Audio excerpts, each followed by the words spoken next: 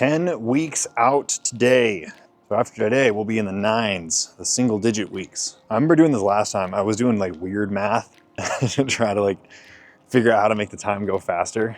So yeah, like we're at 70 days. So we'll be out of the 70s, and then we'll be out of the 60s, and then we'll be out of the 50s. Like, it's just funny. Anyway, so a lot of changes made this last 2 weeks.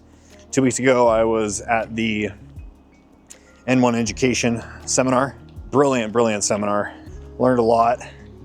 And from that, I implemented a lot of changes into my programming and exercise selection as well. You'll see this in my progress photos, but I got bigger, and I think I know exactly why. One of the things that I learned from N1 was you should be periodizing your programming and your nutrition accordingly. If your calories are really low, particularly your carbs are really low, it serves no purpose to add in a bunch of metabolic work because you're just gonna burn through your glycogen. Metabolic work is highly glycolytic, requires a lot of sugars, and so if you don't have glycogen on hand, you're just gonna burn through it, and really you're just gonna shrivel up, which is exactly what was kind of happening to me. So I've decided to move into a 6-week neural block, focusing on neurological efficiency, more like higher volume, lower rep work. So not so much metabolic, more strength and power. Also reducing the frequency. And sure enough, just 2 weeks of doing this, calories are actually lower. I got bigger. Like my leg size came back, my arm size came back, which is always like historically the first thing to go when I cut. I always like shrivel up there. So that was really cool to see. So we'll finish out this neural block, and then I'll move into kind of a more myofibrillar block for a couple weeks. And then I was thinking 3 weeks out, move into more of a metabolic block. And if what Cass teaches is correct, I should see like a really cool, not recomping effect, but like a swelling, filling up effect, because I'll be depleted. Carbs are really low, calories are really low. 3 weeks out, I start to refeed, start adding carbs back in pair with the metabolic work. I should see glycogen really filling up. I should still stay very lean and dry. So that's kind of where the whole concept of growing into the show comes in. So really excited. This is definitely going to be a very experimental competition prep, but I'm excited for it because frankly, like, I don't really care if I win or not. I know I'm not gonna win because first off, I checked last year's competitors at this show. Damn, there were a lot of really good guys. So it's gonna be a tough lineup. Probably won't place anywhere, and I'm okay with that because a lot of major changes happened in my life to like do this, and I'm just really excited to just step on stage. So anyway, so that's kind of like the programming side of things. That's like the major changes there. Diet-wise, calories have not changed. However, weight is not moving as quickly as I would like, because what I'm doing is I'm trying to wrap up the bulk of my cutting earlier in the prep so that I can spend the later weeks of prep practicing for practicing the peak. So like timing of carbs, timing of water.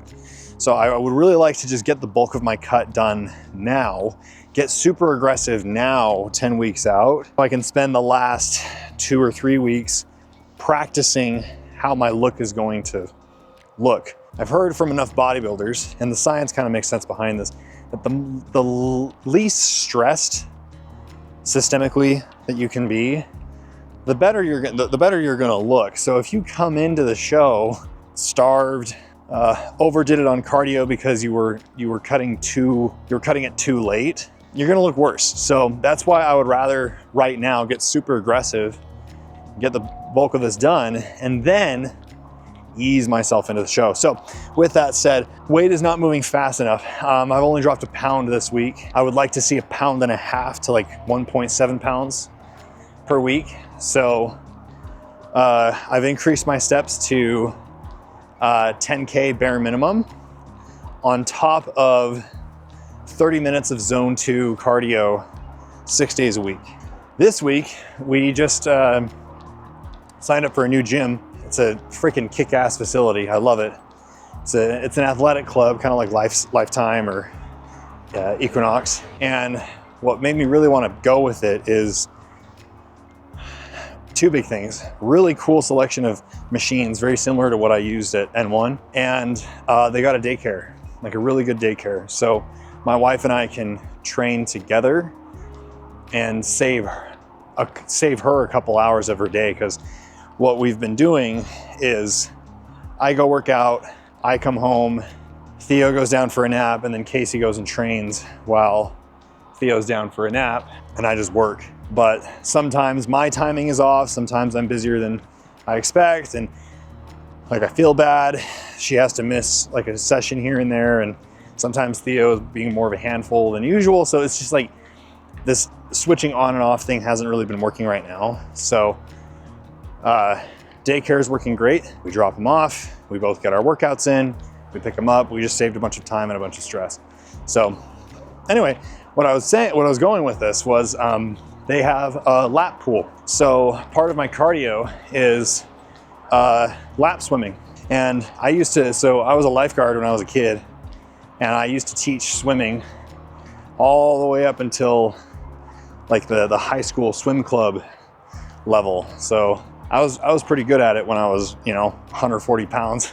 Like swimming is an awesome form of cardio. I don't know why more bodybuilders don't do it. You don't even need to be that good of a swimmer to do it. Like you can practice, and it's probably, swimming I would say is like the lowest impact form of cardio that you could possibly do. And it's total body. It's not like an incline walk where it's primarily just your hips and your knees. It's your whole body. So I don't know why more bodybuilders don't do it. But anyway, so I'll be doing 30 minutes of swimming. I've already had 2 sessions done under my belt. What I noticed the first time was, since I'm so much heavier, I'm 50 or 60 pounds heavier than when I was first good at swimming, 13, 14 years ago. So I sink really easy. So it's really hard for me to stay afloat. So, and my form is bad, and cardiovascular work isn't that good. But I was having a hard time staying up. So what I did is I got some fins and some flippers. So when I work on my kicks, the flippers will kind of propel me a little more forward so I can stay up above the water a little bit longer. And then I got some fins. What you do is you put a lot of lap pools will have like these buoys that you put in between your thighs, so your thighs stay up, so you can just focus on your stroke. I'd been doing that. Worked really well. It worked really well. So I just have my Polar Beat on my chest, which is a great waterproof heart rate tracker, very accurate. So that's my additional activity. 30 minutes of cardio, zone 2, 6 days a week, 10,000 steps. And then if I still don't see the movement that I want in the next couple days with this additional activity, I'm gonna have to drop calories on training days. Calories are already as low as they can possibly go on rest days. Like, I guess I can pull my banana at the end of the day. Like, I can maybe pull 100 calories on my rest days, but that's about as low as I can go. So the next step is pulling calories on training days. So if I have to do that, rule of thumb is always pull calories from as far away from your training window as possible. So I'm already down to 4 meals a day. I've got pre-workout, intra-workout, post-workout, post-workout, and then pre-bed meal. So I think what I'll have to do is drop the carbs on this meal here. So post-workout. So eliminate the carbs there, and then eliminate the carbs on my pre-bed meal. Because like right now I do about 200 calories of oatmeal pre-bed. So I'll probably have to cut that. So I would like to see if we can if with this additional activity, if I can get away with not having to do that, but we'll see. That's all I've got to report 10 weeks out. Still really excited. Next week, I'm meeting with Sarah Patillo down in Bluffdale. She's gonna help me with my posing. I've been practicing on my own, but there's still some areas that I just can't seem to get. So I wanted to get one-on-one face-to-face time with Sarah to fix my posing. Because like, you'll look at some of the shots and I'm kind of asymmetrical. Like it's really obvious in my like lat spread and my front mandatory, but like my lats aren't even. So we need to work on that. Anyway, thanks for joining me on my walk. Yeah, we'll see you in the next one.